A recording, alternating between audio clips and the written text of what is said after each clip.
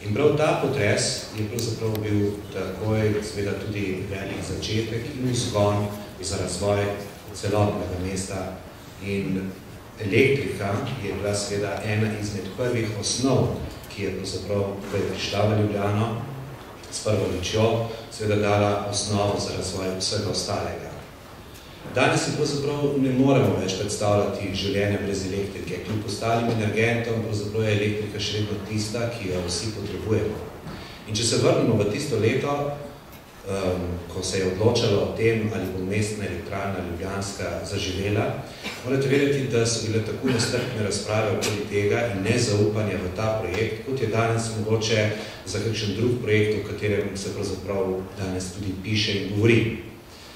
Vedeti je potrebno, da v tistem času po potresu je tudi na vaše elektrike v Ljubljano prišlo ogromno drugih velikih projektov, kateri nekateri oziroma ogromno ljudi niti ne ve oziroma pozablja. V tistem času se je seveda tudi gradil hotel Union, ki je bil eden največjih in najlepših in najbolj modernih hotelov, vse so bil to hotel s prvimi dvigali. V tistem času so se zgradili eminentni mostovi, licej in kasneje seveda vse tisto, kar danes dostikrat nekateri obujajo spomine, namreč brez elektrike to ne bi bilo mogoče, prišel je tramvaj. Distribucijska enota Ljubljana mesto tako danes oskrbuje z električno energijo preko 124.000 odjemalcev. Njeno omrežje obsega 820 km visokonapetostnih in srednjenapetostnih vodov, 1600 km nizkonapetostnih vodov, 6 razdelilno-transformatorskih postaj, 1040 transformatorskih postaj.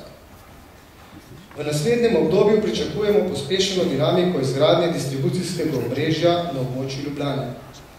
Poleg starosti in stanja omrežja moramo slediti tudi nadpovprečni in nepričakovani rasti odjema električne energije.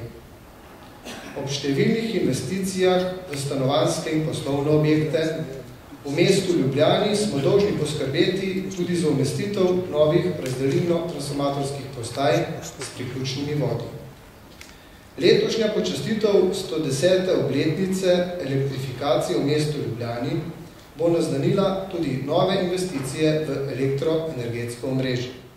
Če se vrnem nazaj na mestno elektrarno Ljubljansko, bi želel povedati samo to, da je koncem 50-ih let, kot smo že slišali, prenehala za svojim delovanjem in je njene naloge v večjem obsegu prevzela toplarna Ljubljana. Vendar nam je vsem v ponos in veselje, da vodstvo Elektro Ljubljana je znalo ceniti ta objekt, to našo tehnično-kulturno dediščino in spremeniti ta objekt v tehnični in arhitekturni spomenik.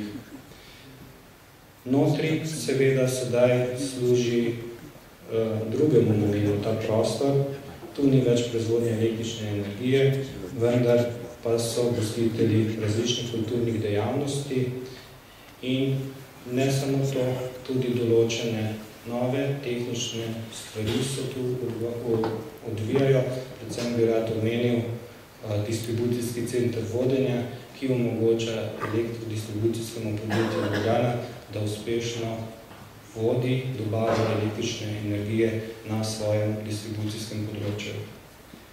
Z veseljem ugotavljamo, da smo uspeli ohraniti v naši prestolnici tehnično dediščino tudi za generacije, ki prihajajo za nas in bodo videli, kdaj se je začela resnično uporabljati v polni meri električna energija v naši prestolnici in to je pred 110 leti. Hvala lepa.